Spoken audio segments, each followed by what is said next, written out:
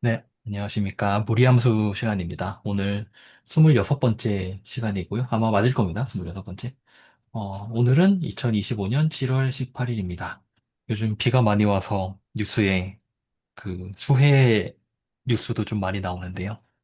음, 여러분들과 이 혹시나 이 영상을 보고 계실 한 줌의 그 시청자분들의 그 가정에도 안녕하시기를 바라겠습니다.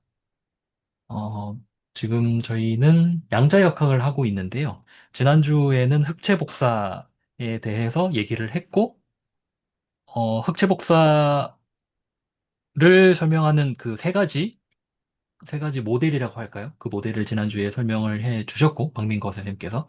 그리고 오늘은 그 원자 스펙트럼 맞죠? 보호 모델까지만 할 것 같습니다. 아, 네. 네. 알겠습니다. 그러면 오늘도 잘 부탁드리겠습니다. 네, 시작해 주시면 됩니다.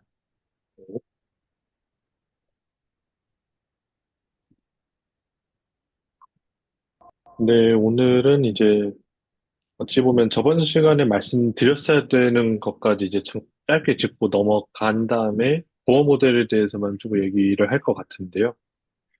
이제 저번 시간에 말씀해 주셨듯이 저희가 이제 음, 다음과 같은 이런 흑체 복사, 이런 이런 온도에 따라서 이런 스펙트럼이 어떻게 되는지를 우리가 보기 위해서 이제 좀 아이디어한 가정을 놓고 흑체 복사에 대해서 얘기를 했었고, 여기도 추가 설명을 하고 싶었지만 이제 그런 건 이번 시간에 없었고요.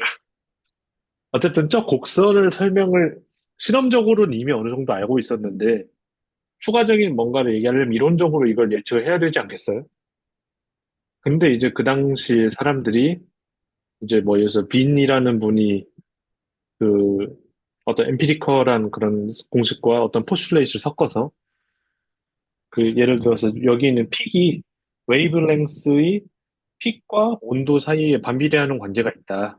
이 스펙트럼에. 뭐 그런 것 정도는 이제 이미 밝혀낸 상태였고, 그 상황에서 1900년 정도에 이제 여러 사람들이 이 문제를 달려들고 있던 거죠.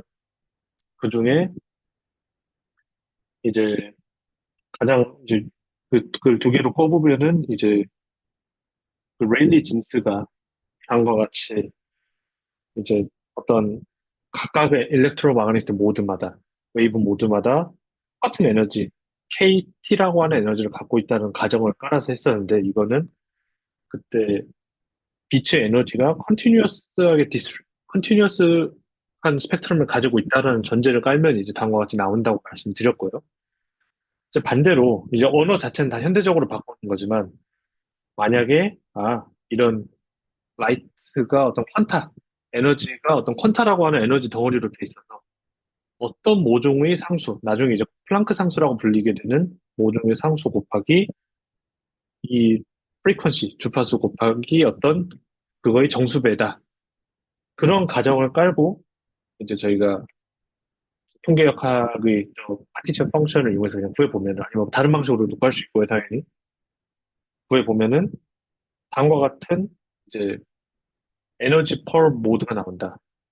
그러면 이것을 우리가 모드 덴시티랑 곱해서 에너지 덴시티를 저번에 구했었고, 세 가지 케이스를 비교를 해보면은 이제 빈의 경우에는 사실은 모양 자체는 꽤 맞긴 하거든요. 모양 자체는 꽤나 맞지만 저거는 어떤 엠피리컬하게 사실 끼워 맞춘 식에 가까웠고, 레일리 진스의 경우에는 클래시컬 피직스의 그걸 따랐지만 우리가 UV 카타스트로피라고 하는 그러니까 고에너지에서 맞지 않는 거를 우리가 확인을 했었고요. 사실은 고에너지에서만 맞지 않는 게 아니고 그냥 안 맞죠, 사실은. 근데 이제 어쨌든 클래시컬 피직스 예측이니까 왜 이거랑 안 맞지라는 그 의문이 생기는 거고, 당연히. 이제 그거를 동시에 이제 해결했던 사람이 플랑크였다. 그래서 플랑크의 이 식을 자세히 보시면은 프리퀀시가 작을 때, 그러니까 어떤 H라고 하는 상수분의 KT보다 작을 때는 이제 익스포넨셜 X가 테일러 전개라면 1 플러스 X가 돼서 레일리 진스의 저 에너지 데시티가 다시 리프로듀스 되는 걸 볼 수가 있고, 저 프리퀀시가 큰 리밋을 가면은 익스포넨셜 X 빼기 1이라고 하는 게 그냥 익스포넨셜 마이너스 X로 이제 갈 수가 있기 때문에 우리가 빈이 제안한 저 이제 공식이 리프로듀스가 됐다. 라고 이제 얘기를 할 수가 있습니다. 그리고 플랑크 공식이 그 실험적인 것도 잘 설명을 했고요. 그러면 어쨌든 이 플랑크가 얘기를 했었을 때 가장 핵심적인 파트는 여기였단 말이에요. 라이트 퀀타의 에너지가 Nhν였다. 근데 이제 그 플랑크 같은 경우는 이런 흑체 복사에서의 어떤 트랜지션, 어떤 레디에이션에 관련된 파트만 이제 이런 현상에서 그냥 어떤 수학적 도구로서 그리고 그 어떤 딱 변화하는 그런 경우에만 이제 인테저로 퀀타이제이션이 되는 게 아니냐라고 생각을 했던 건데 아인슈타인이 이제 그거를 가지고 아니다. 어떤 레디에이션 아니면 빛이라고 하는 거는 그냥 뉴라고 하는 프리퀀시를 가지고 있을 때 HNU라고 하는 어떤 입자와 비슷한 포톤이라고 나중에 불리게 되는 걸로 이제 생각할 수가 있고 그 에너지는 그 포톤들이 여러 개가 있기 때문에 NHNU가 되는 것이다 라고 얘기를 한 거죠. 그래서 아인슈타인은 그 1905년에 뭐 맨날 사람들이 뭐 기적을 해. 뭐 그런 식으로 얘기를 하는 그건데, 브라운 운동 얘기도 하고, 뭐 상대성 이론 얘기도 하고, 뭐 포토 일렉트릭 이펙트도 얘기를 했죠. 그래서 특히 이 포토 일렉트릭 이펙트를 보면은, 아, 이 전자기파가 파동으로 하면은 쭉 쪼여서 에너지 충분히 쪼여주면은 튕겨 나가야 될 것 같은데, 어떤 문턱값이 있어서 딱 그거 넘어가야만 되는 그런 기묘한 현상들이 이제 그 외에 여러 가지 현상들이 실험적으로 발견이 되었었고, 헤르츠라는 분에 의해서 특히, 이제 다음과 같이 어떤 금속의 재질에 따라서 달라지는 워크 펑션이 있고, 그 워크 펑션에 의해서 결정되는 캐릭터리스틱, 이제 프리퀀시보다 빛이 더 프리퀀시가 클 때 전자를 떼어내고, 그 전자의 운동 에너지는 Hν, 광자의 진동수 곱하기 이 플랑크 상수 빼기 워크 펑션 1함수로 주어진다. 라는 것을 이제 제시를 했습니다. 근데 어쨌든 간에 이거 같은 경우는 좀 간접 증거로서, 아, 광전 효과라는 게 있었는데, 이런 현상이 있는데, 이제, 이 광, 전자기파가 좀 파동보다도 어떤 광자라고 하는 입자로 해석을 하니까 스무스하게 설명이 됐네라고 하는 간접 증거를 보인 거고, 1923년에 이제 컴스턴이 그 유명한 컴스턴 산란 실험을 통해서 이제, 이 빛을 전자기파가 아니고 입자로 취급했을 때, H뉴라고 하는 에너지를 가지고 있는 입자로 생각을 했을 때 그냥 에너지 운동량 보존이 성립하더라라는 걸 실험적으로 본 거죠. 그래서 그때 보면은 컴퓨터는 엑스레이를 사용을 했어요. 왜냐하면은 그 당시에 이제 이미 어떤 원자 선 스펙트럼 같은 거를 통해서 그 사실은 보호 모델보다 이후에 나온 거니까도 뭐 그러기도 하죠. 쿨롱 힘에 의한 바인딩 에너지는 일렉트론 볼트 오더거든요. 그러기 때문에 애초에 일렉트론 볼트라는 그 단위가 생긴 거기도 하고요. 딱 원자에서 전자를 떼내는 그 정도 그 에너지 레벨이니까. 그럼 엑스레이는 이제 대략 킬로 일렉트론 볼트 정도는 1000배 정도 더 에너지가 크기 때문에 그런 전자에서 그런 원자 핵의 바인딩 에너지를 무시하고 프리 파티클로 어프록시메틀리 취급해서 우리가 계산을 할 수가 있어요. 그러면 이제 만약에 그러면 이렇게 전자기파가 들어와서 전자를 산란시키고 광자가 이렇게 튕겨져 나간다고 했을 때 앞서서 우리가 이런 관제식을 봤었기 때문에 에너지는 H뉴고 운동량은 이게 질량이 0이니까 이제 이렇게 들어오는 거죠. 광자는 질량이 0이라는 것도 이제 뭐 상대성 이론에 의한 예측인 거고요. 그 C분의 HU 이렇게 주어지기 때문에 그거를 대입을 해보면은 에너지 컨저베이션 이거는 그 유명한 이제 아인슈타인의 2는 MC 제곱에서 온 거죠. 전자의 정지 에너지 그리고 들어오는 녀석의 광자의 이제 에너지 우변은 나가는 광자의 에너지 그리고 이가 E 제곱 마이너스 아까 P 제곱 C 제곱은 MC M 제곱 C 대제곱에서 이제 우변으로 넘겨서 루트 씌운 거에 해당을 하는 거고. 모멘텀 컨저베이션도 이제 제가 벡터를 추격을 하면은 얘가 롱디튜드널한 방향, 트랜스버스한 방향 따지면 이제 다음과 같이 주어지겠죠. 그래서 제가 이거를 계산하는 벽들이 가져오지 않았는데 좀 하다 보니까 좀 뭐 번거로워서요. 어쨌든 이거를 가지고 잘 풀면은 뭐 그렇게 어렵지 않은 역학수. 얘가 들어와 약간 상대성 이론에 이런 것들이 들어와서 그렇지 계산 자체는 우리가 일반적으로 하는 역학에서 계산을 쫙 하면은 다음과 같이 들어오는 광자의 이제 파장과 나가는 광자의 파장이 얼마나 차이가 나는가를 이 앵귤하고 엮어서 이제 계산을 할 수가 있고 컴퓨터는 이거를 이제 실험적으로 확인한 겁니다. 물론 여전히 이제 뭐 논란이 여전히 있을 수 있었겠지만 어쨌든 이 아인슈타인의 이제 광전 효과에 대한 광자에 대한 예측 그리고 밀리컨의 광전 효과 자체에 대한 어떤 일함수에 대한 검증 그리고 컴퓨터 산란 실험을 통해서 어느 정도 이제 광자라고 하는 개념이 맞을 수도 있지 않을까 하는 그 생각이 이제 1910년대, 20년대 이제 자리 잡았다고 볼 수 있을 것 같아요. 그러면 이거를 어떻게 이제 아토믹 스펙트라에 할 때 들어갔는가를 얘기를 할 건데 혹시 여기까지 아니면 저번 시간에 거든 혹시 질문하실 거 있으면 코멘트 해주실 거 있으면 듣고 넘어가도록 하겠습니다.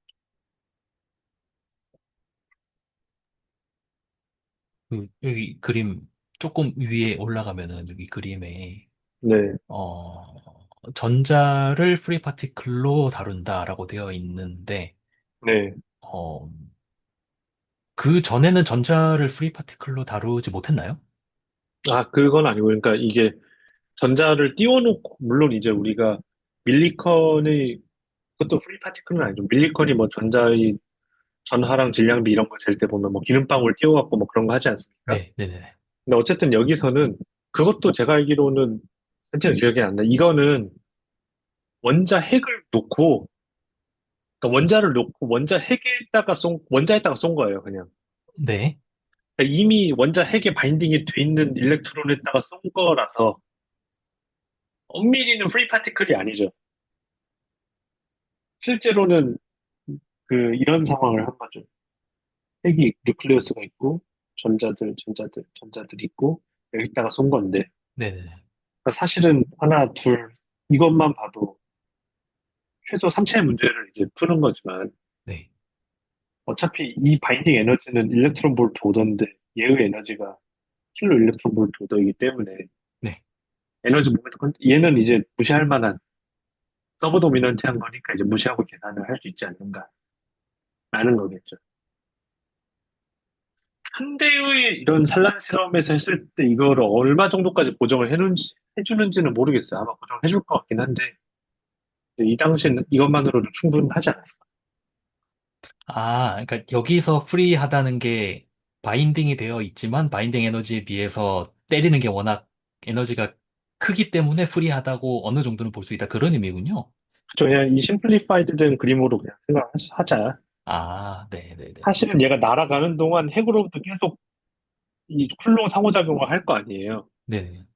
그거는 어떻게 고려를 할 거냐라는 질문을 던질 수가 있지만, 그거는 일단은 뭐 무시를 하고, 이제 계산을 할 수 있지 않는가 하는 얘기죠. 왜냐면 어쨌든 핵이 계속 쿨롱 힘을 가고 있을 거니까 네. 앉아있다. 우리는 그걸 무시한다. 이게, 그러니까 저 컴퓨터의 실험이 정확하게 뭐, 음, 어떤 물질을 가지고 했는지 모르겠는데, 사실 저게 맞으려면은 되게 가벼운 원자여야 될 것 같다는 생각은 좀 드네요. 왜 가벼운 원자인가요? 어, 원자 번호 높아지면은 저 바인딩 에너지가 확 올라가지 않나요? 아, 아닌가? 그게 근데 이슈가 있는 게, 잘못 알고 있나? 네네네. 그, 그게 맞는 말씀인데, 네. 이제 사실은 원자 번호가 올라가면은 무한정 올라가지가 않거든요. 왜냐면은 어차피 그러니까 대부분 이제 바깥쪽에 있는 전자를 때린다고 하면 꼭 그럴 리는 없지만, 네, 이게 플러스, 이게 이런 전화를 띄고 안에 있을 거 아니에요. 네, 근데 그렇게 있으면은 몇 겹씩, 물론 이것도 사실 틀린 그거지만, 이제 우리가 그냥 얘는 이 안에 있는 넷 차지를 보기 때문에 그 아, 뉴클레우스에 의한 거를 상당히 상쇄가 되거든요. 아, 그렇군요. 그래서 그렇게 막 무한정 올라가지가 않습니다. 적어도 바깥쪽에 있는 얘들은. 아, 근데 안쪽에 있는 얘라고 하는 것도 참 애매한 게 이제 나중에 보면 뭐 전자 불은 뭐 이렇게 나오는데 네. 또 좀 애매하죠. 저도 사실은 그 딥하게는 말씀 못 드리겠어요. 근데 그래서 이런 이슈도 있다. 그러네요. 이렇게 따지면은, 그러니까 최외곽에 있는 전자는 바인딩 에너지가 확 낮아지긴 하겠네요. 안쪽에 있는 거를 한 덩어리로 볼 수 있다는 생각은 제가 못 했었는데, 지금 보니까 좀 이해가 됩니다. 그래서 그거를 아마 뭐 스크리닝 효과 뭐 이렇게 부를 겁니다. 음, 전자가 이렇게 가린다고 해서. 음. 실제로 어떤 거를 썼는지 잠시 제가 지금 위키피디아를 지금 혼자서 보고 있는데, 음,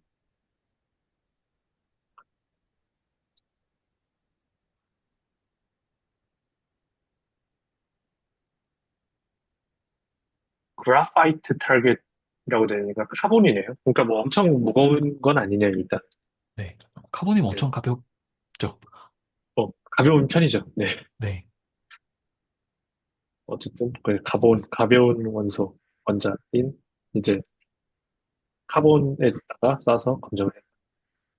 이렇게 보시면 될 것 같아요. 네. 이게 엑스레이가 제가 예전에 일하던 게 엑스레이 이미징 쪽이라 가지고 아, 그러니까 특히 메디컬 엑스레이다 보니까 그 정도 에너지한테는 카본은 그냥 뚫려 있는 거나 마찬가지라서. 네. 지금, 지금 이제 보니까 또 약간, 방금 위키에서 본 숫자는 제가 이제 적어 놓겠습니다. 방금 그 말을 들으니까 조금 더 정밀해야 될 것 같다는 갑자기 부담감이 들면서.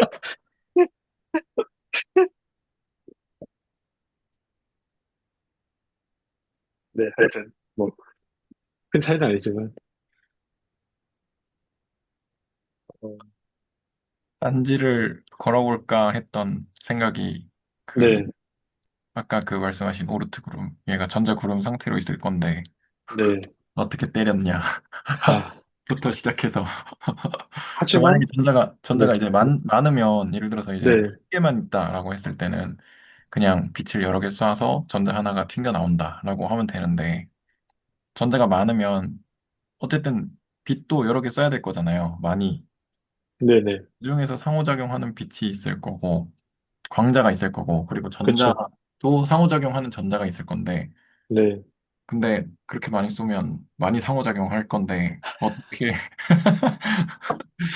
그거부터 시작해서, 네, 여기까지. 하지만, 이제, 아마, 그라파이트도 이만큼 모아놓고, 엑스레이도 막 그쵸, 무수히 그쵸. 싸서 그러면, 이제, 그러면 문제가 전자가 이렇게 산란이 될 거잖아요. 네. 이렇게. 그러면 그 많은 걸 어떻게, 아, 근데 전자를 본 건 아니고요. 포톤을 본 건데, 그러니까 아, 포톤을 봤는데, 제가 알기로는, 근데 이제 이 보면은 분포를 보는 거잖아요. 그러니까 각도에 따라서 그 포톤, 산란된 그래도 엑스레이일 거예요. 산란된 엑스레이들이 웨이브랭스가 어느 정도 되는가. 그러니까 이 조금 옮기면 이제 근데 그 좌변우변 맞추려면 전자 산란도 봐야 되지 않나요? 전자가 어디로 산란됐는가? 아니 그래야 이제, 전자 산란을 안 봐도 그러니까 전자 산란은 모멘텀 이거 컨저베이션에 들어가 있지만 최종 시계는 이제 안 들어가 있죠. 아, 네네. 네네. 처음에는 중간에 이제 어차피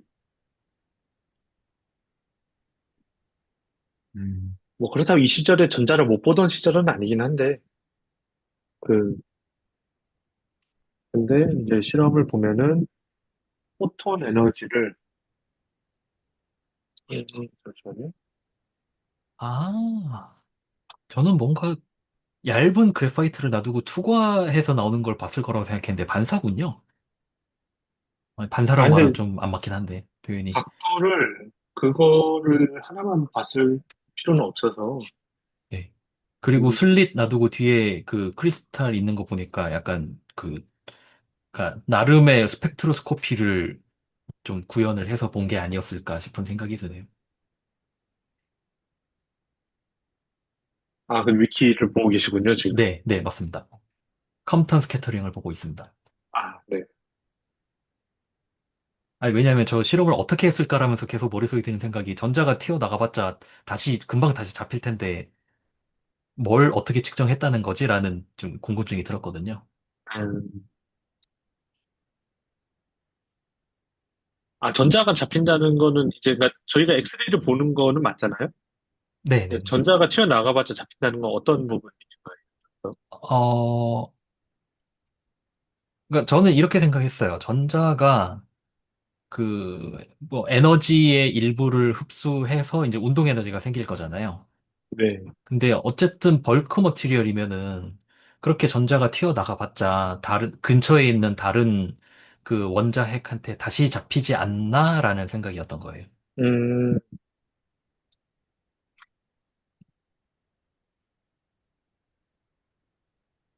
아, 야, 어떤 얘기인지 알겠어요. 네.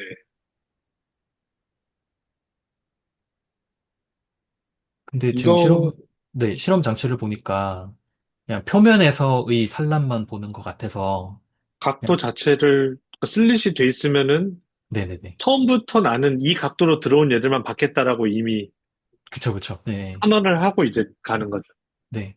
그리고 결국은 저 각도가 그러니까 좀 전에 보여주신 그 그림에서 세타랑 피를 내가 골라서 보겠다는 거잖아요. 네. 네. 그렇게 보면 그러니까, 좀, 말이 되겠다라는 생각이 들기는 해요. 네, 이 그림입니다. 저도 이 그림 보고 있었어요. 아, 예, 밑에 브레이크 스캐터링 있네요. 그래서 생각을 해보면 엑스레이, 그러니까 어쨌든 이 쉴드를 어떻게, 아니면 그래파이트 타겟의 각도를 바꾸든 뭐, 타겟의 각도를 바꾸겠죠. 설마 쉴드의 각도를 바꾸고 하면 그 제가 봤을 때 너무 힘이 많이 드는 것 같고, 네. 아, 크리스탈 각도를, 그리고 사실 타겟, 쉴드 네. 각도는 안 바꿔도 될 것 같은 게 어차피 뒤에서 크리스탈에서 저기 원하는 주파수만 볼 수 있어서 아, 그냥 그죠. 그러니까 제 네네. 말은 그래파이트 타겟의 각도를 바꿔야 아, 산란 각도가 나오잖아요. 그러면 어, 네. 타겟의 각도를 바꿔서 세타를 재고 크리스탈의 각도를 바꿔서 에너지 파장을 잰다 이렇게 말야 된다 봐요. 근데 저 그래파이트 타겟의 각도는 상관없지 않나요? 잘못 알고 있나? 근데 이제 왜냐면 저도 이제 이거에 대해서 실험 세팅은 잘 공부를 안 해갖고 근데 저희가 얘도 알아야 되고 얘도 알아야 되잖아요. 네. 그러려면은 그러니까 제 말은 이제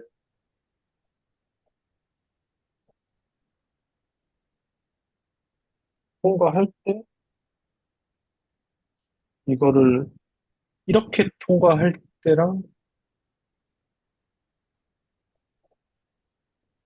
조금 좀 애매하긴 한데 하네요.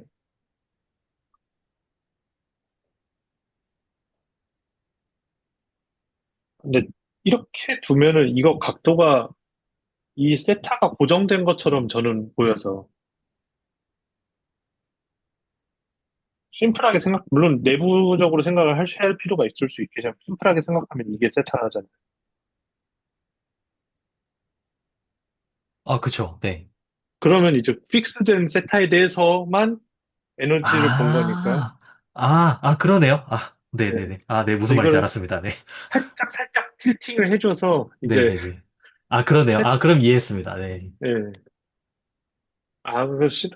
실험 세팅 이렇게 저도 근데 이 위키를 까볼 생각을 안 하고 있다가 지금 보니까 참 깨우침을 많이 얻네.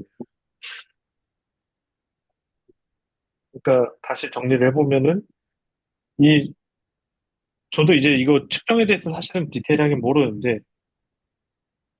여기 보면은 에버리지, 다른 분들하고도 같이 공유를 하는 측면에서 에버리지 에너지 레이트가 브레이브 스캐터링에 의해서 그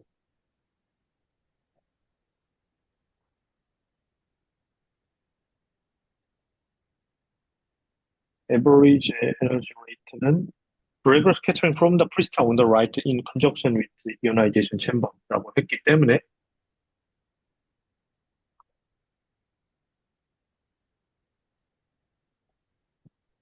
아, 죄송합니다. 그를 실수로 꺼버려서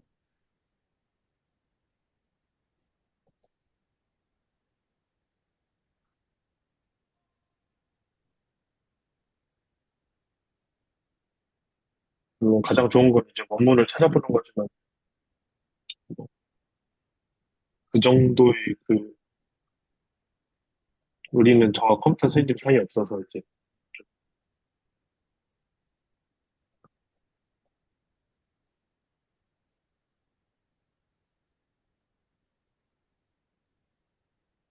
이제 보면 그 이 각도로 아까 말한 그 세타를 이제 매저를 하고 그 크리스탈을 가지고 이제 물론 여기서 바로 에너지를 측정할 수 있었는지는 어떻게 해야 됐는지 모르겠지만 만약에 이제 그 브레그 스캐터링을 이용해서 이거 각도도 조절해서 뭐 에너지를 구한다면 여기서 이제 람다 프라임을 매저를 하고 이 그래파이트 타겟의 각도를 돌리면 이 센터 값이 바뀌니까 이제 저것들을 조정을 해서 그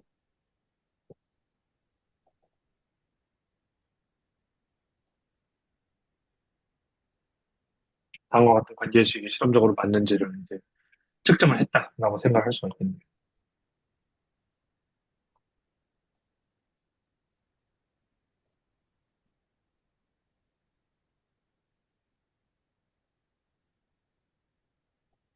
혹시 뭐 또 다른 분들 코멘트 뭐 하실 거 없으시면 넘어가겠습니다.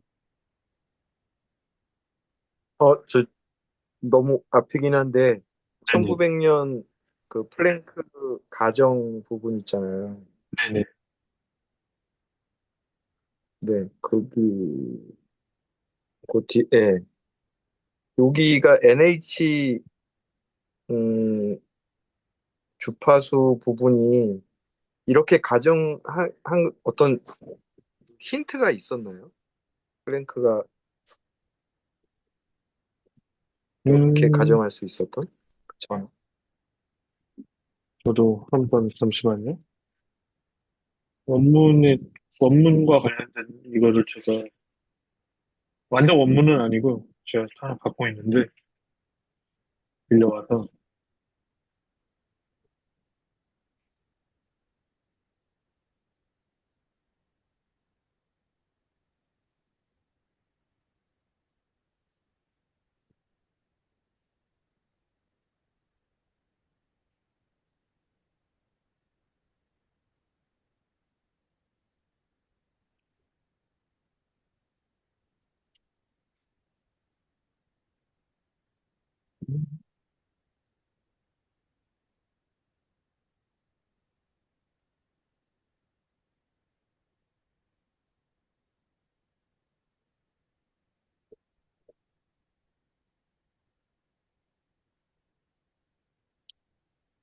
제가 지금은 말씀을 못 드릴 것 같아요. 네, 이거는 제가 다시 한번 찾아보도록 하겠습니다. 네, 고맙습니다. 금방 나오면 제가 딱 대답해드리고 싶었는데, 금방 안 나와. 그리고 그 아인슈타인 그 밑에 그 다음 페이지인가요? 그 네네. 타인 어, 네. 그 특수상대성 이론 그 식이요. 네. 이게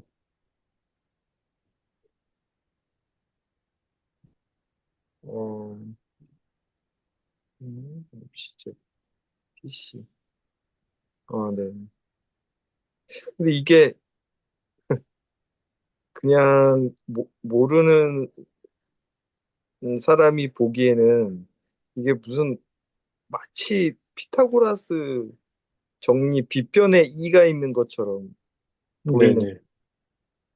어, 그렇게 연결시킬 수 있나요? 뭐, 이제 정확히 말하면, 피타고라스 정리랑 비슷하긴 한데요. 피타고라스 정리는 이제 그거잖아요. 그 문체가 그냥 XYZ 좌표계라는 걸 저희가 알고 있다고 생각하고 쓰겠습니다. A랑 B가 있을 때 얘가 이제 뭐 대- 약간 바뀐 꼴이 좀 이렇게 쓸 수가 있을 거 아니에요. 피타고라스 정리에 대해서. 왜?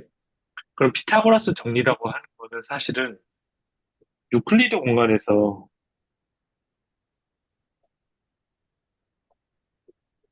길이를 어떻게 재는가에 관한 식이 피타고라스 정리인 거거든요. 네, 그래서 예를 들어서 x라고 하는 벡터가 x1, x2, x3라고 할 때 이 x라고 하는 벡터의 크기는 x 트랜스포즈 아이덴티티 매트릭스 x와 같은 이제 형태로 루트 씌워야겠죠. 근데 어쨌든 길이의 제곱은 이게 길이의 제곱. 뭐 이런 식이 어찌 보면은 유클리드 공간에서 길이를 표현하는 식이고 이제 피타고라스 정리는 어떤 2차원 버전에서의 이제 이런 버전이다. 어찌 네, 보면은 제가 이거 이거를 어떻게 잡든 이걸 약간 직교 좌표계를 잡는 거랑 비슷한 느낌이잖아요. 네. 근데 이제 아마 어찌 보면 배종석 선생님 제가 알기로 하이퍼볼릭 기하에 대해서 발표를 했다고 해서 이거에 대해서 사실만 있을 수도 있지만 이번에 상대성 이론 하시기도 했고 이거 같은 경우는 저희가 모멘텀이라고 하는 벡터를 이제 이 PC라고 제가 잡았을 때 음, 길이가 m제곱 c 4제곱으로 주어지는데 얘는 p 트랜스포즈 1 마이너스 1 마이너스 1 마이너스 1 p로 주어진다. 얘를 우리가 매트릭 캔슬라고 부릅니다. 그래서 기하학적으로 봤을 때 얘를 조금 더 제대로 표현해주는 꼴은 이제 사실은 이거에 가까워. 아, 네. 이거 첫 시간에 하신 거잖아요. 그쵸. 이런 얘기를 아, 했었죠. 아, 네. 그래서 유클리드 그거랑 비슷하지만 유클리드 공간이 아니라 민코프스키 공간에서 나와서 마이너스가 붙는 저 꼴이 이제 옳다. 이렇게 보시면 될 것 아, 같습니다. 그럼 오히려 E 스퀘어가 빗변이 아니고, 그렇죠. P 스퀘어가 빗변이 되는 거네요. P 스퀘어가 빗변이라 이제 빗변이 안 돼요. 그래서 아, 그 유클리드 공간에서 그 관점이 이제 순수 도형으로는 안 나오고 음, 이제 조금 더 추상화를 시켰을 때 보면은 네. 길이에 어쨌든 그 빗변 혹은 빗변을 제가 길이라고 하면은 길이에 해당하는 거는 질량입니다. 음, 네. 그래서 뭐 C는 뭐 어차피 인간이 좌표계를 잘못 잡아서 생기는 그 아티팩트에 불과하기 때문에 C는 1로 둘 수가 있거든요. 그 거리랑 시간 단위를 똑같이 네, 맞춰주면. 네. 음, 그래서 그쵸. 지적하신 분 이런 기하학적 좀 성질을 갖고 있긴 한데 어 이게 네네. 음, 네, 고맙습니다. 그 빛이 뭐냐 그 거리나 로렌츠 수축이나 이런 거 다룰 때 그 이제 빛이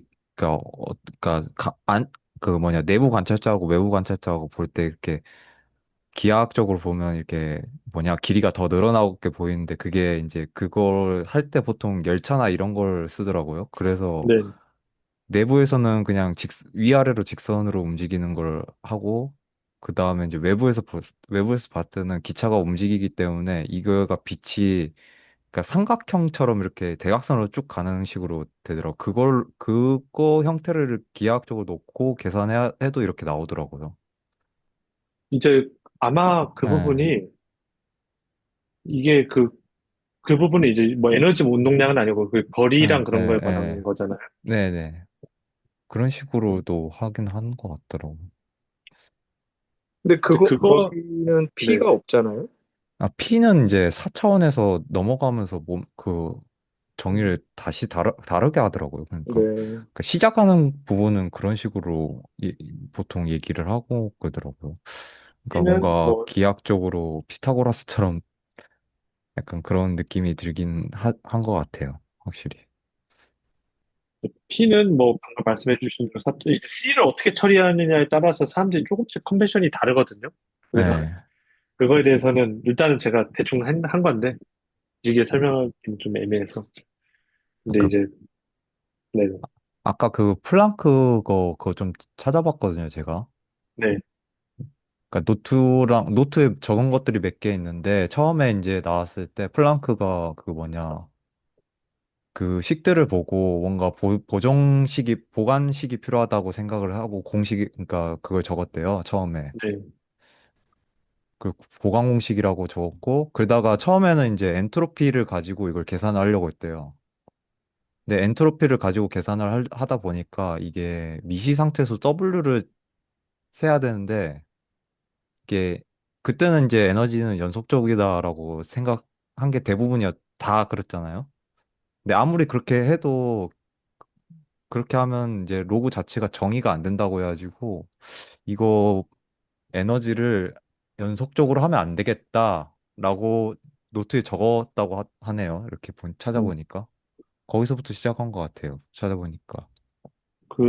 저 사실은 그래서 플랑크가 방금 말씀해 주신 대로 엔트로피 얘기를 하면서 저번에 제가 그 빈 얘기하면서 했던 이런 연력학적 장난질을 이제 그 마이크로 스테이트에 대한 통계학적 그 운동량 엔트로피를 함께 섞어가지고 이제 전개를 하면서 했더라고요. 근데 저는 도저히 이제 그거를 해독할 자신이 없어서 이 현대적인 형태로 할 수밖에 없었습니다.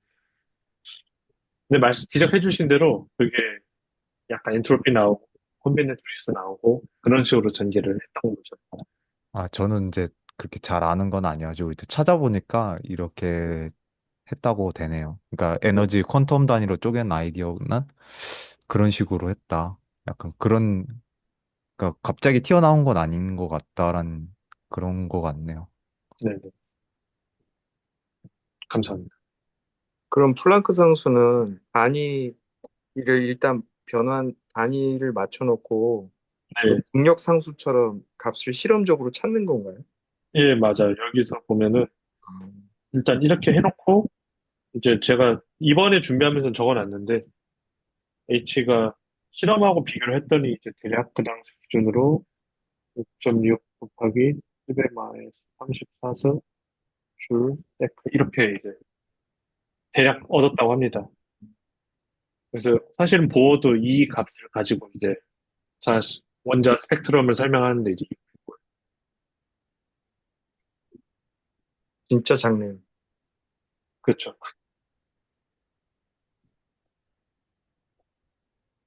그럼 혹시 또 다른 분들 없으면 이제 러더퍼드랑 보어 얘기로 가도록 하겠습니다.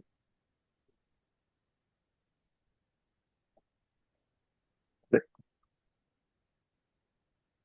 그럼 이제 그 다음에 얘기를 할 거는 이제 보어가 아토믹 원자 스펙트럼을 어떻게 이제 설명했는가에 대한 얘기인데 그 태양을 놓고 가운데를 봤을 때 막 약간 경계를 뭐 코로나를 봤을 때 뭐 이런 거를 해서 뭐 어떤 흡수 스펙트럼이 나오고 이런 것들을 이미 1800년대에 다 측정했더라고요. 특히 저희가 교과서에서 보는 그 일반 물리학 시간에 보면은 항상 일반 물리학 시간에서 좀 이질적인 광학, 물론 이제 과학 전공하시는 분들이 좀 경을 치시겠지만 저는 처음 공부할 때 좀 이질적이긴 했습니다, 솔직히. 그래서 과학 시간에 나오는 뭐 프라운호퍼 뭐 이런 그런 유명한 이름들이 이제 이런 이런 것들을 좀 측정을 했다고 해요. 태양의 선 스펙트럼 같은 것들을. 그리고 이런 것들을 이제 그냥 실험실에서도 이제 아마 뭐 불꽃색이든 뭐든 측정을 했을 거고요. 더 먼 거리에 있는 것들은 좀 쉽지가 않았을 게, 더 먼 거리에 있는 것들은 적색 편의 현상을 고려를 해줘야 되거든요. 그래서 그거는 아마 우주론의 이제 발전과 함께 맞물려서 됐을 거고, 태양 같은 경우는 우리가 그 1AU밖에 안 돼서 그 적색 편의 같은 현상을 고려할 필요가 없잖아요. 그래서 이제 아마 지구에서 얻는 거랑 거의 흡사한 스펙트럼 아마 얻었을 것 같아요. 어쨌든 이런 이슈에 대해서는 이제 좀 이따 얘기를 드리기로 하고, 첫 번째로 이제 1909년, 8년 이때부터 이제 쭉 실험을 해서 러더퍼드 그리고 가이거 계수기로 나중에 이제 또 저희가 이름 알고 있는 가이거, 그리고 교과서로 보니까 이제 마르스덴이라고 하는 분이 이제 학부 인턴이었는데 그 세 명이서 실험, 그 가이거랑 이제 마르스덴이 주로 실험을 뚝딱 하고 그 러더퍼드가 이제 뭐 PI였다고 하더라고요. 근데 그 전까지의 이제 원자 모델은 그 음극선 실험을 통해서 이제 전자의 존재를 확인했던 톰슨이 이제 했던 이런 모델이 있었는데, 이 어떤 음전하를 띤 전자가 있고 이 양전하를 띤 것들이 이제 아마 가득 채우고 있어서 다음과 같이 푸딩처럼 푸딩 모델이라고 하는 게 있었는데, 그럼 여기다가 어떤 알파 입자를 쏘면은 이 각 질점들의 질량이 굉장히 작을 거 아니에요. 그래서 제가 여기서 이제 식을 가져오려다가 원래는 그 2차 곡선식도 가져오려 했는데 너무 삶이 힘들어서 이제 그렇게는 못했고요. 이제 말로 얘기를 하면은 알파 입자는 에너지가 4 기가 일렉트론 볼트 정도 될 거거든요. 왜냐면 프로톤 두 개, 뉴트론 두 개인데 이제 프로톤, 뉴트론, 뉴클레온 매스는 대략 이제 940 GeV 정도, 0.940 GeV 정도 되기 때문에 알파 입자는 대략 4 GeV 정도 되는 거고, 근데 이제 금이긴 해도 이게 저렇게 다 퍼져 있으면은 우리가 대충 당구공 그 사고 실험만 봐도 알잖아요. 굉장히 큰 게 가벼운 걸 치면은 운동량에 거의 영향을 받지 않고 그대로 이제 나간다는 거. 근데 반대로 그 어떤 얘가 와서 당구공을 때렸는데 당구공이 너무 무거웠어. 당구공이 너무 무거웠으면 얘가 앵글이 어떤 커지게 튕겨 나갈 수가 있겠죠. 그래서 그 러더퍼드 실험에서 사람들이 확인을 했던 게, 아, 이게 톰슨 모델이었으면은 각도가 이렇게 크게 튕겨 나가는 게 아예 존재하지 않아야 되는데 각도가 굉장히 크게 튕겨 나오는 게 있었다는 거예요. 그래서 막 그 유명한 이제 썰 보면은 뭐 종이에다가 대포를 쐈는데 뭐 튕겨져 나온 것과 같다. 뭐 이런 이제 말을 했다라는 그런 얘기도 있고.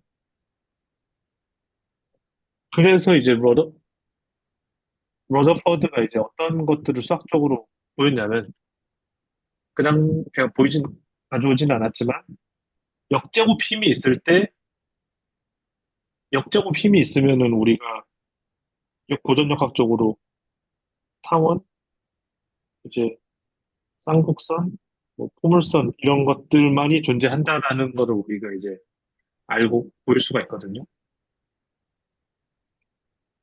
그 중에서 다음과 같이 이제 어차피 포물선이야 뭐 딱 아무거나 딱 맞았을 때 그 하나밖에 없는 거니까 쌍곡선 궤도를 흐리면서 간다라는 거를 이제 확인할 수가 있었고, 특히 이 알파 입자는 라디오액티브한 어떤 이제 소스로부터 나온 건데 슬릿을 통해서 그때 이 알파 입자의 속도가 어느 정도인지를 대략 알고 있었다고 해요. 그러면 얘가 만약에 이제 완전히 백투백으로 이렇게 갔다가 돌아오는 거의 이제 각도가 완전히 180도 가까이 꺾여서 왔을 때를 보면은 얘가 멈춘 순간이 있어야 되거든요. 거의. 그러면 우리가 알고 있는 게 2분의 1 mv 제곱 마이너스 r분의 그 k g 2 2 여기는 뭐 4이겠죠. 알파 입자니까. 다음과 같은 그 운동 에너지랑 위치 에너지 공식이 있을 텐데 처음에는 얘가 어떤 값이 있었고 얘가 0이었을 거 아니에요. k 제로 이니셜. 근데 중간에 얘가 멈추고 마이너스 어떤 이 r이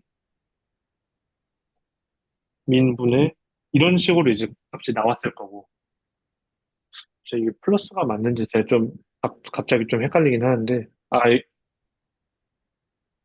플러스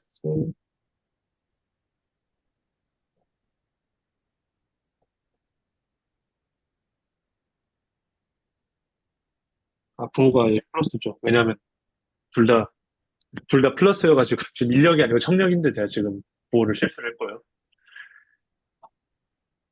이렇게 하면은 최소 민을 구할 수가 있다. 이거는 뭐보다는 대략 뭐에 가까울 것이냐? radius of nucleus에 가까울 것이다. 근데 이게 기존에 알려져 있던 금 원자의 크기보다 한 1000배 작았다는 거죠. 그러면 이거는 무슨 뜻이냐? 우리가 그리고 이 값 자체가 이 질량이 퍼져 있는 게 아니고 가운데에 몰려 있는 그거 이제 물론 이제 당시에 실험 오차가 커가지고 이제 확정적인 답은 못 냈겠지만 금 원자 질량의 대부분이 가운데에 몰려 있고 굉장히 작은 영역에 금 원자 사이즈보다 한 1000배는 작은 영역에 콘파인되어 있다. 이런 거를 이제 실험적으로 확인을 했던 겁니다. 그래서 결론을 낸 거죠. 그러면은 원자라고 하는 거는 대부분의 양전자를 가진 이 금 원자의 그 양전하가 어차피 정해져 있으니까 이 G값이 얼마인 양전하를 가지고 질량 대부분을 차지하는 핵이 가운데 있고 전자는 그 주변을 태양계 행성처럼 돌고 있을 것이다.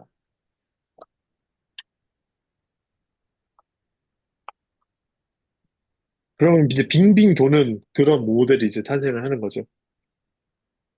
근데 여기에 이제 좀 맹점이 있었어요. 이게 제가 너무 힘을 많이 준 것 같은데 저번에 전자기 때 안 한 거를 AS 하느라 그 맹점이 뭐냐? 그것은 우리가 라머 포뮬러로 이제 설명을 할 수가 있는데요. 전, 그 전에 라머 포뮬러에 대해서 언급하기 전에 코멘트 있으면 듣고 넘어가겠습니다.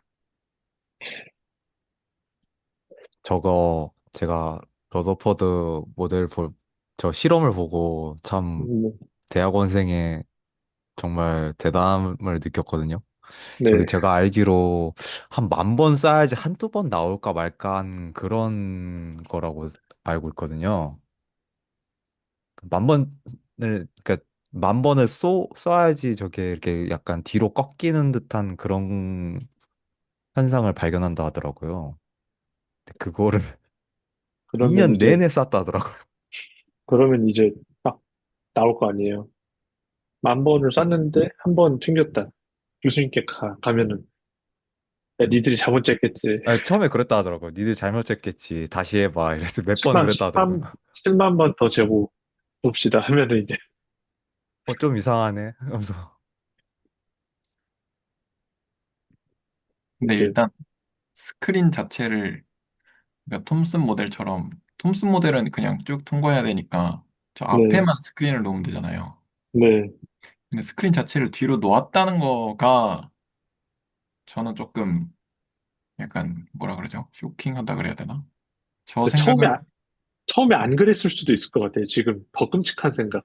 그렇죠. 그러니까 그러면 훨씬 더 많이 했겠죠. 제가 볼 때는 처음에는 네. 처음에는 앞에 거만 살짝 하다가 잠깐만 이렇게 각도가 좀 많이 흰다 해가지고 야 뒤도 한번 해보자 약간 그런 식으로. 처음에 여기만 했다가 이제 막 끔찍한 또 끔찍하네. 저게 튕기는 자국이 엄청나게 작다 하더라고요. 표시된 영역이 그걸 현미경으로 본다 하더라고요, 저걸. 근데 저 넓은 공간이 현미경으로 하나하나씩 일일이 다 보면서 체크했다고. 이 모델을 안에 그 색을 동그라미로 그린 구형으로 그린 것도 의미가 있어요. 음, 그러니까 튕긴 그거의 분포가 이 가운데가 구형이어야 나오는 분포구나라든가 그것까지 일단 갖는. 일단 이것까지 제가 그것까지 갔는지 안 갔는지는 잘 모르겠는데 다만 이런 얘기는 할 수 있을 것 같아요. 첫 번째로 그 러더퍼드 스캐터링이라고 하는 게 있는데 저희가 이제 그거의 크기를 고려한 산란 아니면 스핀을 고려한 산란 이런 식으로 이제 이게 확대가 되거든요. 그래서 그런 스핀들에는 그런 산란 실험에는 저희가 전부 다 이제 뭐 디렉 스캐터링 포뮬라 아니면 뭐 모트 스캐터링 포뮬라 이런 식으로 이름이 다 붙어요. 그리고 나중에 이제 1968년에 그 미국에서 슬랙이었던 것 같은데 Deep Inelastic Scattering이라고 하는 걸 사실 50년대부터 했어요. 그 프로톤이나 원자 핵의 내부 구조가 어떻게 되는지를 알기 위해서 전자를 막 엄청 쐈거든요. 그때 그러면 전자 내부 구조의 팩터라고 하는 거를 고려한 또 식들이 나와요. 보정해서 나오거든요. 그러면 그런 역사적 흐름을 봤을 때는 이제 이때는 점전하고 스핀 0인 점전화를 고려했을 것 같다. 음, 물론 스핀은 이제 아직 발견되지도 않았으니까. 그래서 그럼 점전화하면은 구형인 거겠죠. 큰 의미는 없지만. 네. 뭐 어쨌든 공식 자체는 어차피 러더퍼드가 했던 거는 그 보존 전자기학 더하기 역학의 이제 문제를 푼 거라서 뭐 구형 점전화로 했다는 게 맞을 것 같습니다.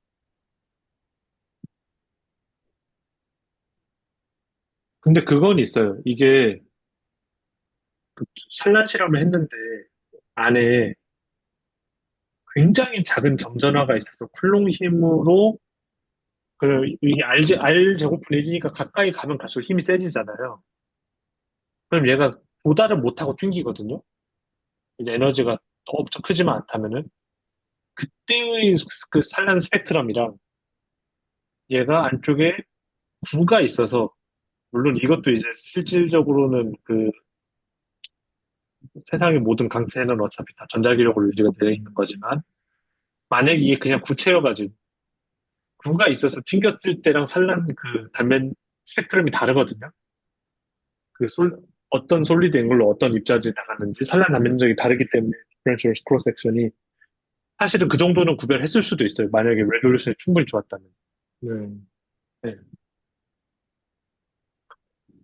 저희는 수도 히스토리이기 때문에 퍼펙트한 포인트 파티클을 쿨롱 힘으로 밀어내는 걸 관측했다고 생각하겠습니다.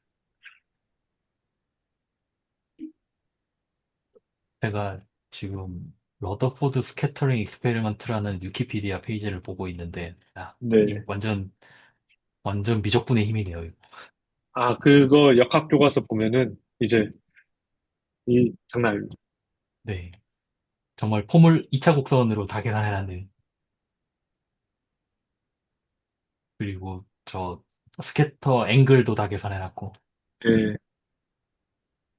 그래서 제가 원래 그 내용을 가져오려고 하다가 그러기엔 제 삶이 너무 좀 퍽퍽해서 네, 포기했고.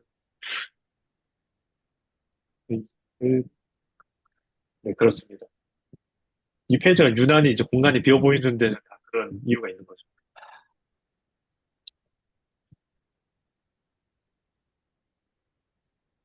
네, 그러면 다음 걸로 넘어가겠습니다. 다른 코멘트 없으시죠?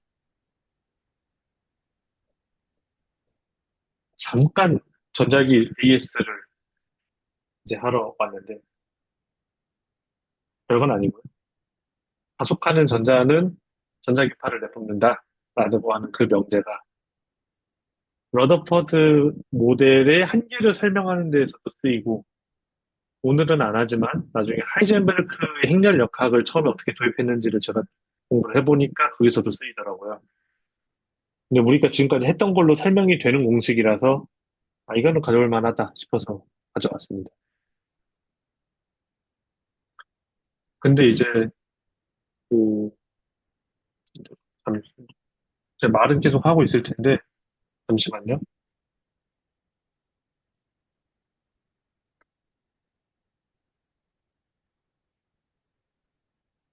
이제 라모 포뮬러 같은 경우는 예를 들어서 짧게 짧게 넘어갈게요. 일렉트로스태틱스에서 보면은 이제 다음과 같은 그 점전화들이 있어서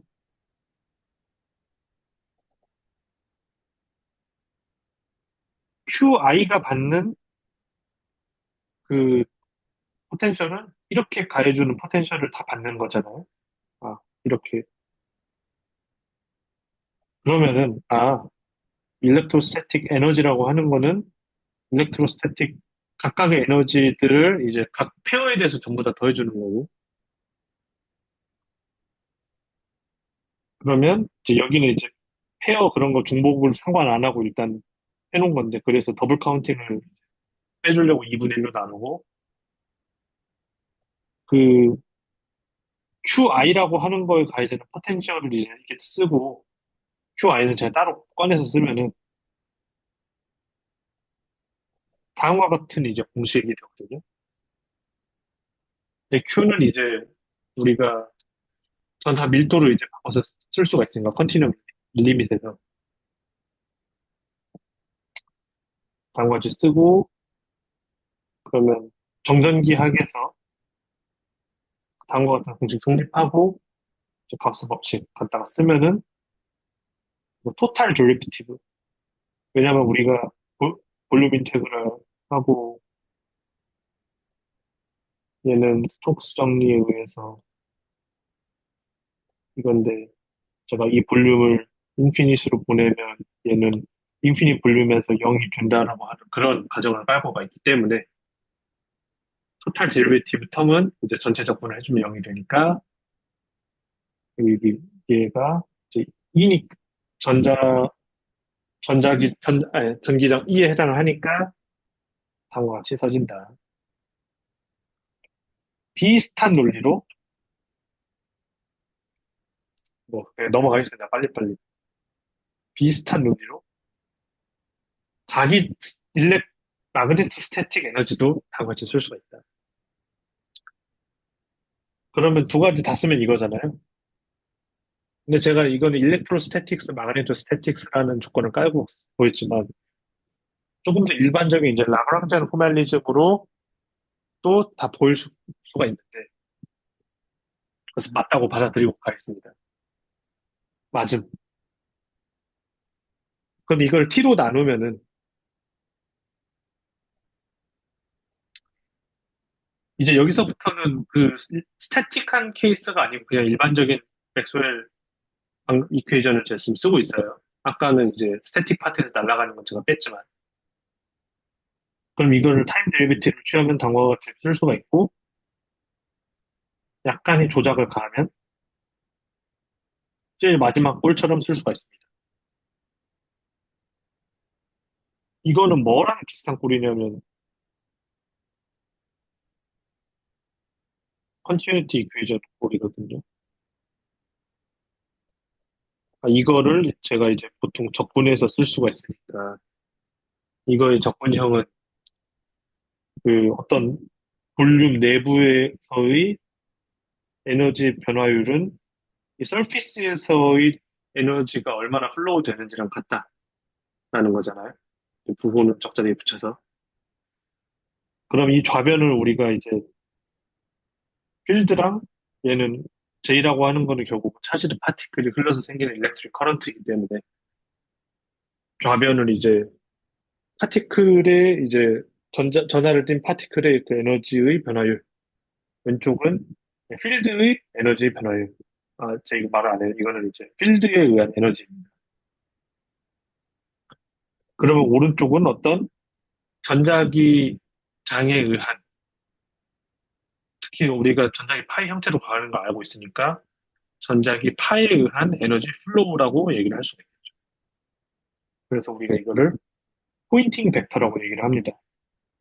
방향을 보시면은 E 크로스 B라고 하는 거는 전자기파 방향이거든요. 그러니까 전자기파가 나가는 방향으로 에너지 플로우가 있다라고 그런 걸 알 수가 있는 거죠. 그렇게 포멀리즘을 맞춰 놓은 거죠.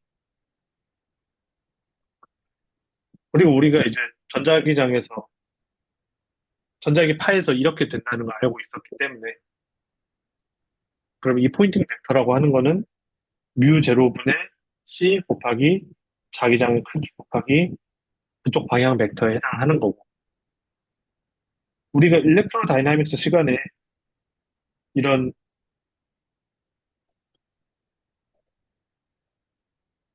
일반적인 전하가 있을 때 전하 분포, 그 전하 분포에 의한 전기장과 자기장은 다음과 같이 주어졌다고 얘기를 했어요. 특히 멀리 있는 곳에서는 물론 이제 뭐 소스가 어떻게 움직이고 그거의 프리퀀시랑 그런 어떤 조건들이 있지만 대충 어프로시메이션을 취하면은 두 번째 파트만 의미가 있다라고 하는 걸 우리가 알고 있고 R이 충분히 크다고 했을 때 왜냐하면 여기는 R 제곱분의 1이고 여기는 R분의 1이니까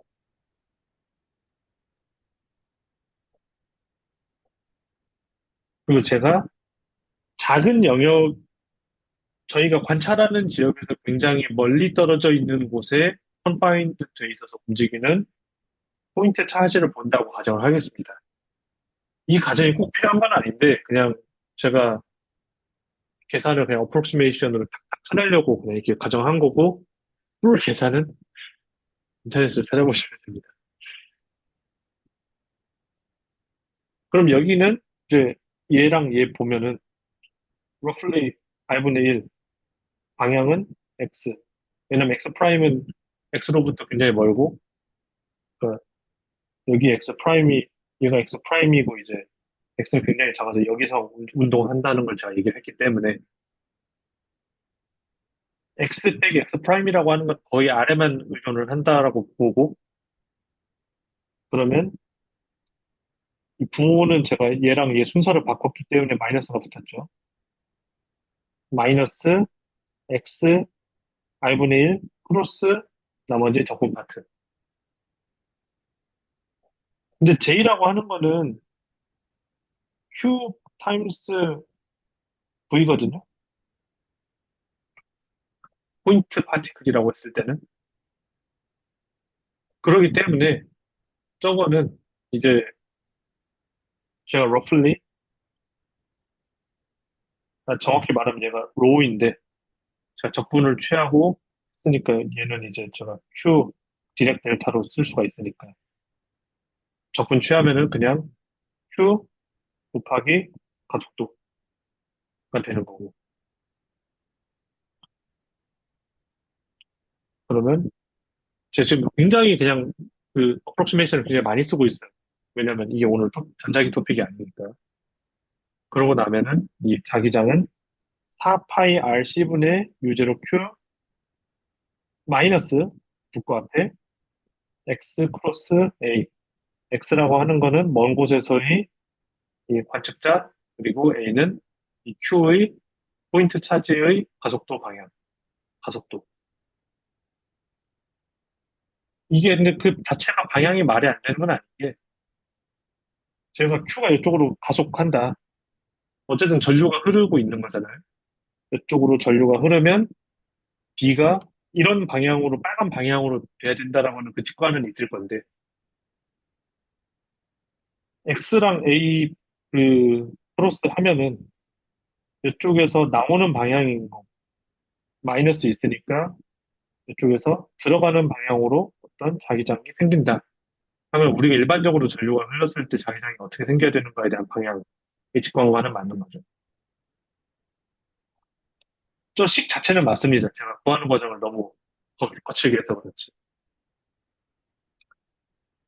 그리고 제가 여기 세타를 표현을 해놨지만 Q가 어떤 일정한 방향으로 움직이고 있다고 했을 때 특정 가속도로 먼 곳에서의 그쪽 각도는 세타,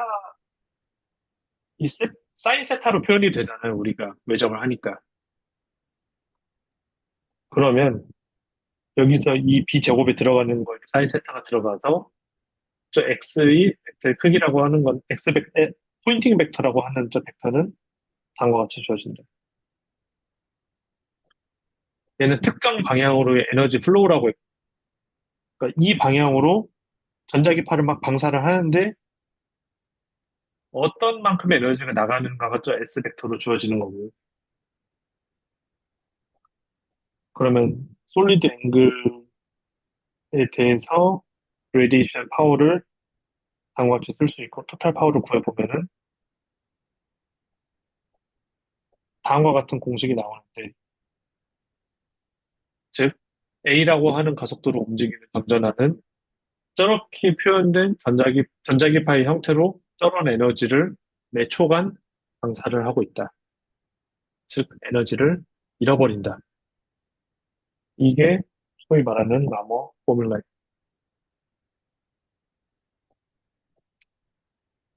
그래서 이 공식 때문에 우리가 흔히 러더퍼드의 태양계 원자 모형의 문제점으로 얘는 원운동을 하면은 계속 에너지를 잃어버려야 되는데 가속을 하니까 그러면 점점 궤도가 작아지면서 원자 핵이 딱 붙어버려야 되는 거 아니냐. 근데 왜 태양의 모형이라는 게 성립을 하는 거냐라는 이제 문제점이 생기는 거죠.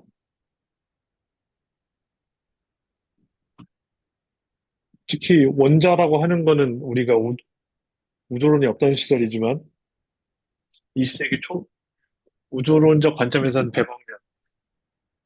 비우주론적 관점에서는 뭐 그 당시엔 진지하게 믿는 사람도 많으니 수천 년 정도의 시간 동안은 스테이블 해야 돼. 이거에 따르면 그거보다는 훨씬 언스테이블하기 때문에 이제 정확한 숫자를 가져오지는 않았지만 이건 문제가 있다. 그래서 이제 보어가 그러면은 태양계 보어는 그 당시에 맨체스터 대학의 러더퍼드를 방문해서 방문 연구원이었을 거거든요. 이 전후로. 그런 문제의식을 갖고 있어서 그러면 내가 이 러더퍼드의 아톰 모델이 뭔가 맞는 것 같은데 이슈가 있어. 그리고 당시에 리드버그 리치 포뮬라라는 게 경험식으로 있었다. 하이드로젠 아톰이랑 알칼리 금속에서 전이 스펙트럴 라인에 파장이 저런 공식을 따른다. N하고 M은 어떤 자연수. 근데 일단 클래시컬 피직스로는 저런 공식이 예측이 안 되고 지금 뭔가 이거 상황을 타개를 해야 되는데 어떻게 할 거냐. 그리고 이제 보어가 대담한 가정을 하나를 깝니다. 플랑크 공식을 보니까 이 플랑크 콘스탄트를 보니까 얘가 앵귤러 모멘텀하고 디멘션이 똑같아요. 앵귤러 모멘텀에 뭔가 비밀이 숨어 있는 거 아닐까? 그래서 원형 궤도를 따른다면 타원 궤도로도 얘기할 수 있지만 그거는 이제 저는 안 다룰 거고 일반화돼서 존머펠트랑 플랑크 이런 분들이 타원 궤도로 확장하는 얘기를 했거든요. 근데 어쨌든 원형 궤도를 일단 생각을 하면은 그 전자의 앵귤러 모멘텀은 MVR일 텐데 이거가 어떤 플랑크 콘스탄트랑 비슷한 어떤 플랑크 라이크 콘스탄트 H바 곱하기 어떤 정수배일 것이다. 그리고 이런 궤도를 따르고 다른 궤도에는 이제 존재하지 않는 그런 상황을 가정을 한 거죠. 그러니까 일단은 궤도 자체는 이런 가정에 의해서 보호가 되고 그 전이는 이런 궤도 사이의 전이만이 일어난다. 물론 이 보호가 된다라고 하는 거는 뭐 다른 이유는 없어요. 일단 되는 건데. 그래서 일단은 아무튼 얘는 보호가 됐음. 그러면 얘는 맞을 건가? 그리고 다른 클래시컬 이제 전자기하고 대충 이게 맞을 건가? 다른 거는? 그거를 한번 보려고 하는 건데, 일단 고전 전자계약에서 우리가, 고전 역학이랑 전자계약에서 구심력이 이제 쿨롱 힘으로 주어지기 때문에 당화 같은 이제 일반식을 만족을 해야 되고요. 에너지는 운동 에너지랑 그 위치 에너지 합이어야 되니까, 포텐셜 에너지 합이어야 되니까 2번식도 만족을 해야 되죠. 그리고 얘를 뭐 0번이라고 할까요? 포슐레이시지만. 그럼 1번식으로부터 이제 V는 다음과 같이 주어지고, R은 또 다음과 같이 주어지고, 이거를 2번식에 대입을 하면은 에너지도 이제 다음과 같이 주어졌다는 사실을 이제 알았다고 하더라고요. 아, 그러면 우리가 아인슈타인이 이렇게 광자에 대한 가설을 내지 않았냐. 그러면은 어떤 포톤의 프리퀀시라고 하는 거는 이렇게 이제 이런 서로 다른 에너지 레벨들, 이런 올빗들 사이에 그러니까 가분 동량이 n, h바로 주어지는 그런 올빗들 사이에서의 어떤 트랜지션을 생각을 하면 서로 에너지가 다르니까 얘는 h분의 델타 E로 주어져야 되는데 그거는 다음과 같다.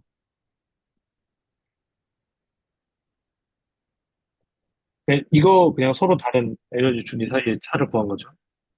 그리고 얘는 아시다시피 람다분의 C니까 C만 저쪽으로 넘기면은 앞서 리드버리랑 리츠가 구했다는 다음 공식을 또 재현할 수가 있다.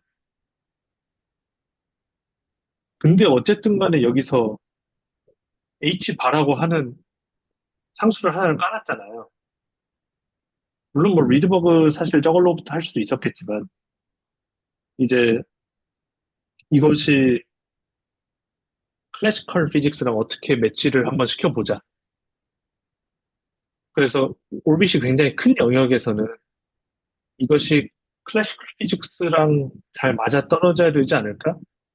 라는 이제 생각을 하고 계산을 했다고 합니다. 그럼 일렉트론이 이 올빗에 한 바퀴 도는데 걸리는 시간은 V분의 2파이 R일 거고, 그럼 이 일렉트론의 프리퀀시는 그걸 역수라고 표현할 수가 있겠죠. 근데 이건 제가 직접 계산해 본 건 아닌데, 클래시컬 피직스에서 이제 그런 일렉트론이 원형 궤도를 돌 때, 예전에 계산해 보긴 했는데, 이번에 다시 해보진 않았어요. 원형 궤도를 돌 때 나오는 전자기 파의 프리퀀시가 일렉트론이 이 궤도를 한 바퀴 도는데 걸리는 프리퀀시랑 같다라고 하는 거는 클래시컬리 알고 있었다고 해요. 근데 어쨌든 우리가 방금 위에서 V랑 R을 이렇게 구해놨기 때문에 그러면 그 프리퀀시는 다음과 같이 주어진다는 거죠. 여기에 뭐 N세제곱도 있고. 그리고 굉장히 위쪽, 그러니까 N이 큰 영역에서 그런 N이 굉장히 큰 오rbit들 사이에서 한 칸 넘어가는 그런 트랜지션을 한번 생각을 해보면 그때의 프리퀀시는 아까 보였던 이 H로 나누는 그 공식에서 다음과 같이 주어지는데 N이 크다고 했으니까 이 괄호 안에 있는 걸 러플리 N세제곱분의 2에 해당을 하는 거고 그럼 위쪽에서 구한 클래시컬 일렉트로마그네틱 웨이브 프리퀀시랑 아래 아인슈타인의 광자 가설 플러스 자신이 이제 가정을 했던 앵귤러 모멘텀이 그 앵귤러 모멘텀 퀀타이제이션에 대한 그런 것들로 구한 식을 같다라고 놓고 봤더니 어? H바가 2파이분의 H이기만 하면은 맞는데? 라는 이제 공식 걸 확인을 한 거예요. 그럼 이제 실험적으로 한 가지 더 확인을 해야겠죠. 아까 이 H바 얻은 거를 다시 여기다 집어넣으면 리드베리 공식을 얻을 수가 있잖아요. 리드베리 위치. 그걸 통해서 이 원자선 스펙트럼들을 예측할 수가 있겠네요. 그렇게 했더니 이제 다음과 같은 이제 러플리 공식을 얻었다고 하고 이것들이 실험과도 맞다는 걸 확인을 한 거죠. 조금 더 이제 트리비아인데 중간에 저도 보다 보니까 그 당시에 확인을 했던 게 하이드로젠 아토믹,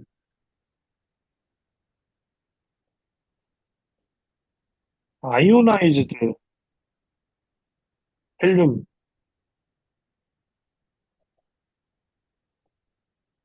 얘는 그래서 플러스 있고 마이너스 있고 플러스 있고 뉴트럴 이렇게 있고 마이너스. 그러니까 일단 전자가 한 개 있는 것들을 기본으로 해서 검증을 했던 거고. 그래서 처음에 얘가 안 맞았대요. 그래서 다른 사람들이 야, 야, 너 수소만 줘 맞추고 헬륨부터 바로 틀리는데?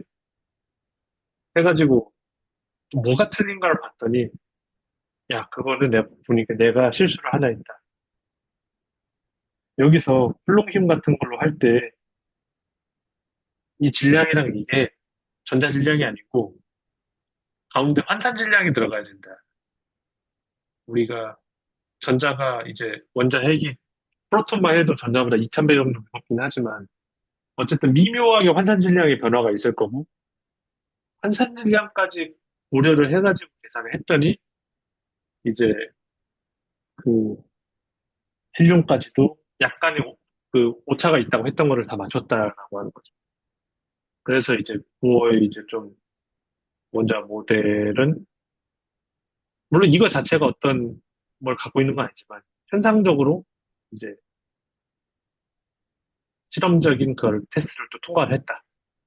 그리고 이 보어의 가설은 이 아인슈타인이 광자 가설에 이제 기반을 하고 있었다. 그리고 플랑크가 얘기를 했던 그 플랑크 상수 그런 것들에 뭐 어차피 플랑크 아인슈타인 보어 이렇게 연결이 되는 거죠. 그런 가설들에 힘입어서 당시 원자 스펙트럼을 해결하는 데 설명했는데 그거에는 이제 다음과 같은 이제 가령을 깔고 간 거죠.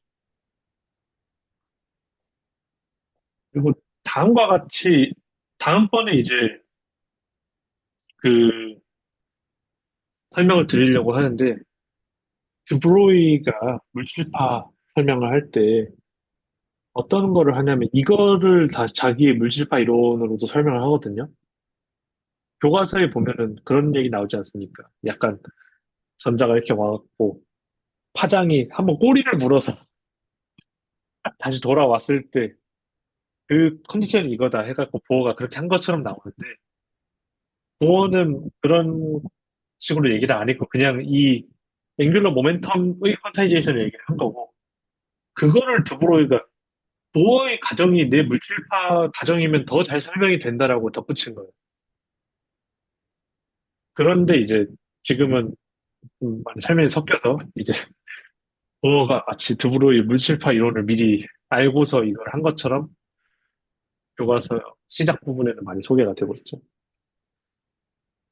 그리고 그 드브로이 물질파 이론으로부터 그 슈레딩거의 파동 방정식이 시작이 되고 이런 트랜지션 라인에서 아까 라머 포뮬라가 나왔잖아요.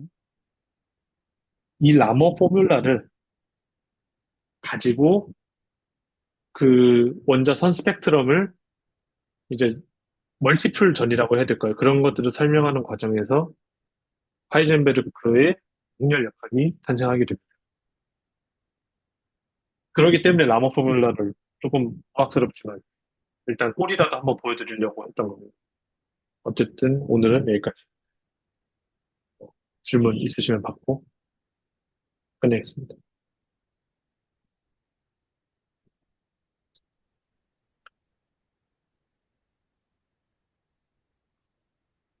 굉장히 뻔한 질문일 수 있는데요. 네네. 그 중간에 보면은, 그러니까 어떻게 보면 저 가정 자체가, 네.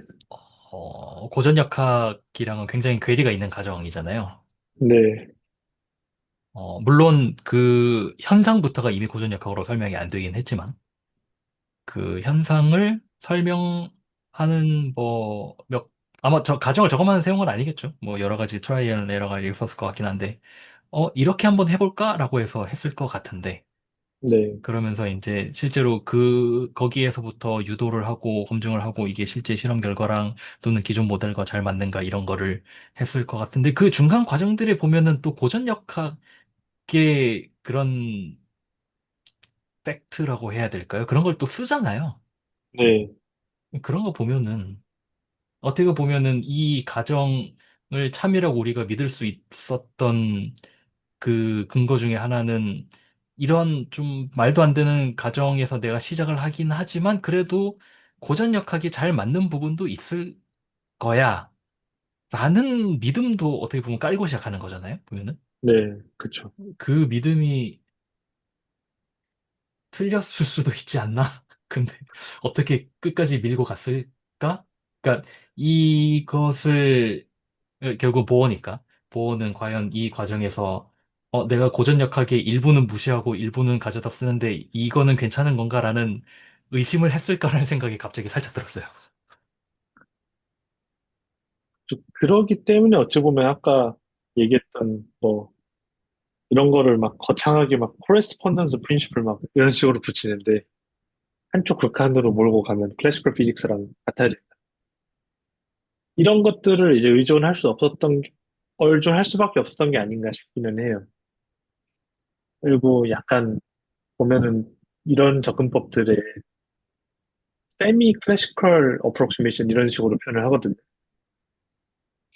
그 약간 양자 역학을 쓰지만 약간 고전 역학에서 약간 고정처럼 이제 생각을 해서 하는 그런 접근법을 많이 하는데 이 약간 전지하는 것 자체가 그러니까 물론 당연히 그런 거지만 어디 뭐 저도 옛날에 과학혁명의 구조 이런 걸 읽어보려고 했는데 읽었지만 무슨 소리인지 하나도 기억이 안 나더라고요. 근데 중간에 보면 약간 그 클래시컬 피직스를 놓고 퍼터베이션을 계속 구하는 느낌?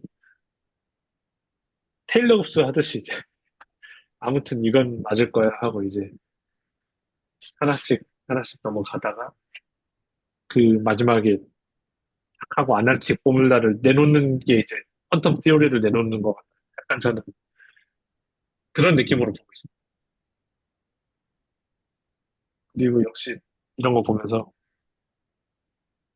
역시 이 역학 전자기 통계 역학을 잘해야 양자를 잘할 수 있고 저 지금 제가 하고 있는 거는 사실상 와인버그 양자책이랑 송희성 양자역학 책의 1단원을 가지고 다른 데서 조금씩 따와갖고 설명을 하는 거거든요. 그 1단원은 그냥 설명을 하고 있는 거예요. 조금 그래서 뭐 딥한 얘기는 여전히 안 나오는 거긴 한데 음, 하여튼 그래 모르겠습니다. 저는 약간 그 쭉 이제 뭐 책이나 이런 데서 보면 설명이 쭉 되다가 이런 클래시컬 메카닉스랑 뭐 맞나 이런 거를 볼 때 막 n이 엄청 크다고 가정해보자 이렇게 하고 가잖아요. 네, 그랬을 때 이제 근사를 저런 식으로 n 세제곱분의 2로 근사가 되겠다 뭐 이런 식으로 가정을 하잖아요. 네. 근데 저런 근사 과정이 과연 처음부터 저렇게 근사를 해가지고 했을까? 아니면 계산하다가 에잇 먹었네 그러면서 이렇게 근사하면 편하네? 약간 이렇게 했을까? 뭔가 말씀해 주신 것처럼 근사라고 하는 거는 다시 말하면 그런 거 아닌가. 너만 없으면 세상이 편할 텐데 그죠? 맞아요. 너만 이런 형태면 세상이 편할 것 같은데라는 이제 원한? 네.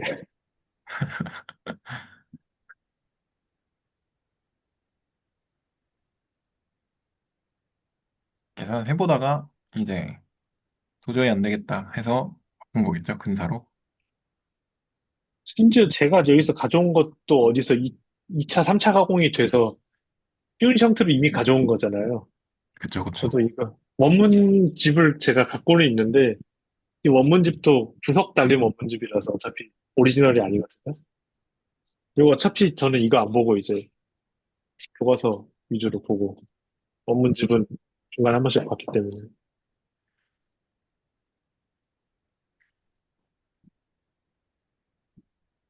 네, 감사합니다.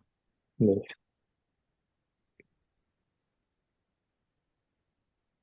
뭐 다른 분들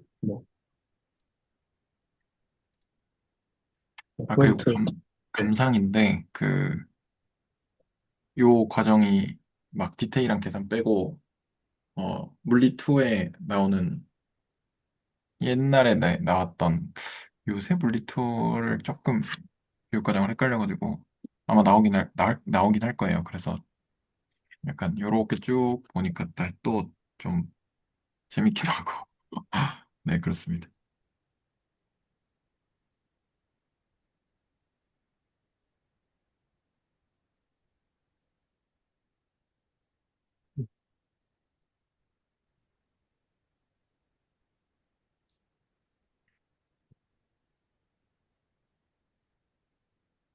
참 대단했다. 이래서 끝나면 안 되지만 보면 볼수록 아 대단했다. 이 뭐 어찌 보면 수학적으로는 별거 아닐 수도 있죠. 요즘 관점에서는 그래도 이 불확실한 것들을 막 헤쳐나갔던 게 좀 대단한 것 같아요.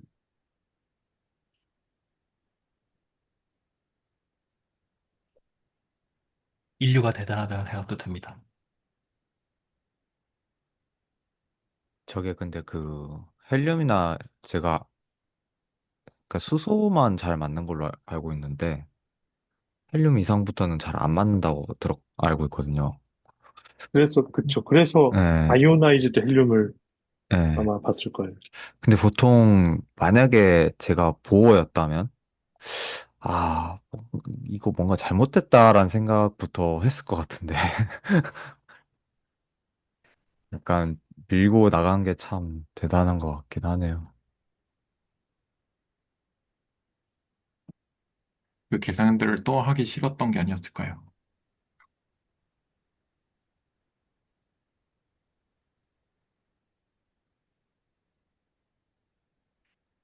근데 뭐 그 당시에는 그것만으로도 뭐 훌륭했던 걸 수도 있죠. 음, 어찌 보면은 좀 그런 것도 있더라고요. 그러니까 약간 예전에 파인만 겔만 등등이 뭐 V-A 이런 거 얘기할 때도 그렇고 실험이랑 안 맞았거든요. 당시 데이터랑. 근데도 야 우리가 맞고 실험 니들이 잘못한 거야 하고 과감하게 했다고 하는데 실제로 실험 데이터가 쌓이니까 이제 그 V-A로 갔단 말이에요. 벡터 마이너스 엑셀 벡터로. 그래서 좀 많이 얘기 나오는 게 좀 그 이론가들이 뭐 할 때는 좀 편견을 가지고 아니야 내가 오라 하고 좀 밀고 나가지 않으면 일을 할 수가 없다. 그런 얘기도 뭐 하시더라고요. 아, 물론 그게 맞냐 틀리냐는 이제 나중에 밝혀지겠지만 대부분 틀리겠죠. 발견이 안 되는 꽝이니까. 그래도 일단은 편견을 갖고 일단 갈 수밖에 없다. 뭐 그런 얘기를 들었습니다.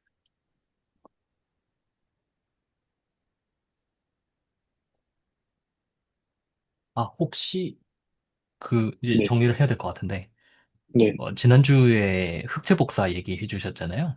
네. 그거랑 오늘 해주신 게 어떻게 연결되는지 혹시 말씀해 주실 수 있나요?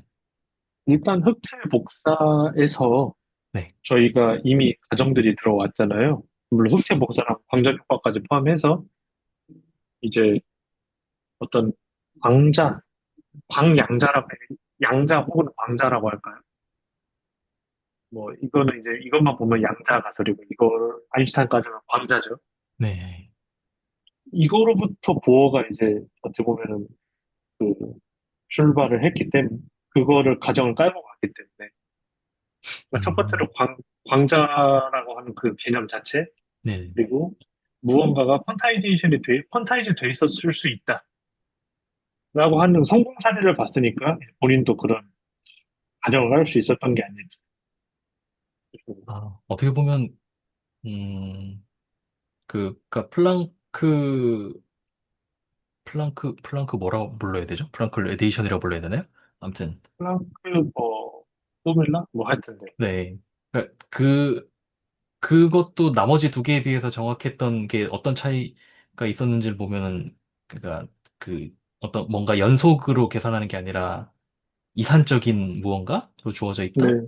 라고 하고 계산하고, 오늘도 마찬가지, 그러니까 뭐라고 해야 되죠? 그 철학을 이어받았다고 해야 되나? 음, 약간 그런 느낌으로 생각하면 맞을까요? 그쵸. 그리고 사실 제가 준비를 따로 하셔야 해서 안 가져왔는데, 아인슈타인이 또 이거는 제가 오늘은 이제 준비를 좀 더 해야 될 것 같아서 안 했는데, 흑체 복사 공식을 다시 리비짓을 하거든요.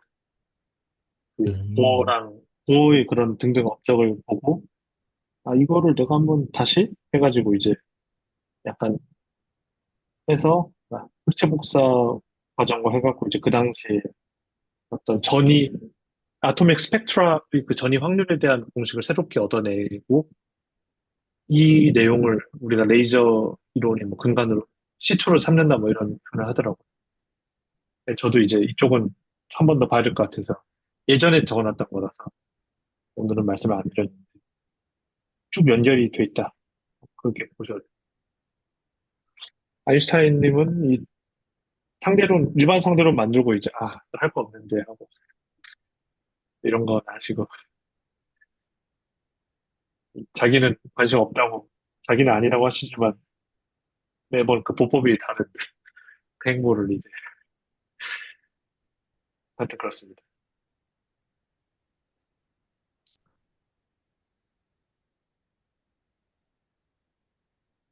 네, 그러면 또 다른 거 없으시면 공유는 네, 그러면 오늘 네, 발표 잘 들었습니다. 레코드는 여기까지 하겠습니다. 수고하셨습니다. 감사합니다. 고맙습니다.